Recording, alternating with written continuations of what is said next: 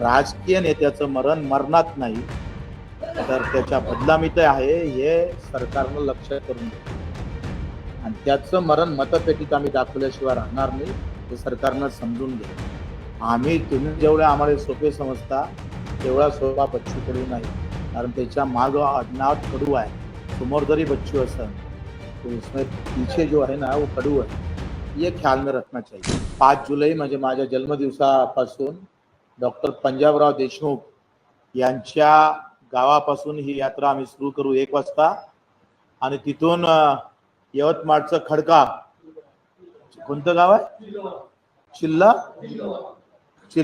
चिलगावान, जिथे पहिली आत्महत्या शेतकऱ्याची झाली त्या गावापर्यंत ही यात्रा 7-12 कोरा कोरा यात्रा आम्ही काढणार आहोत। ह्या यात्रेत आम्ही पायी चालणार आहोत। 150 ते 200 किलोमीटर एकूण यात्रेचा प्रवास राहील आणि पुन्हा शेतकऱ्यांसोबत संवाद साधून आता आत्महत्या नाही, लढणं शिकावं।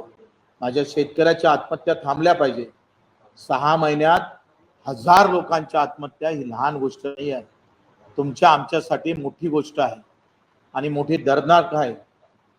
200 प्रवासी विमानातले मरण पावले, फार वाईट झालं, पण त्यांचा पुढचा बावनकुळेंना 3 डाव 4 डाव आला असं 10 मिनिटाच्या भाषणात, पण 1000 आत्महत्या त्यांच्या या 6 महिन्याच्या कारकिर्दीत मरण आत्महत्या झाला। माझा शेतकरी पाय घासून तळफू मेला, त्याची आठवण मात्र बावनकुळे साहेबांना झाली नाही, त्याचं दुःख आहे आणि म्हणून हे दुःख कायमचं नष्ट व्हावं। माझ्या शेतकऱ्यांना आत्महत्या करूच नाही त्यासाठी सुद्धा आम्ही पायपीट करतोय। जो शेतकरी अन्नत्याग आंदोलनाला आम्हाला भेटायला आला आणि आम्हाला ताकद दिली, त्या शेतकऱ्याला आम्ही आता संवाद साधून संवाद आणि संवेदना जाणून घेऊन या पदयात्रा आम्ही सुरू करणार आहोत। त्याची सुरुवात त्याला आपली तुमची सगळ्यांची मदत लागणार आहे आणि मग 5 ऑगस्ट ते 9 ऑगस्ट सिंदूर यात्रा काढणार आहोत। रामायण से संविधान तक, म्हणजे रामटेक पासून ते दीक्षाभूमीपर्यंत 5 ऑगस्ट ते 9 ऑगस्ट। 9 ऑगस्ट हा क्रांती दिवस आहे आणि रक्षाबंधन आहे।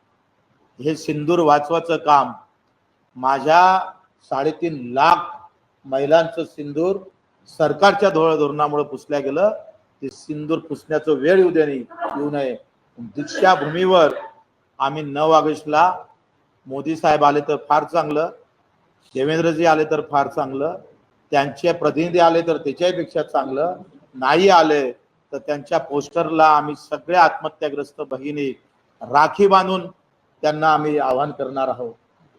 आणि मग या 2 यात्रेची आम्ही आता त्याची पूर्ण बांधणी केली। सरकारला कुठल्याही परिस्थितीत आम्ही मांडलेल्या मुद्द्यापासून बाहेर जाऊ देणार नाही, काही झालं तरी बेहत्तर। अन्न त्यागानंतर पुन्हा एक अहिंसेची लढाई, पुन्हा आम्ही पाहतोय आत्मसमर्पित लढाई आम्ही लढतोय आमच्या कार्यकर्त्यासह शेतकऱ्यासह। त्या लढाईला आपण सर्वांनी सहभाग द्यावा अशी विनंती करतो आणि थांबतो।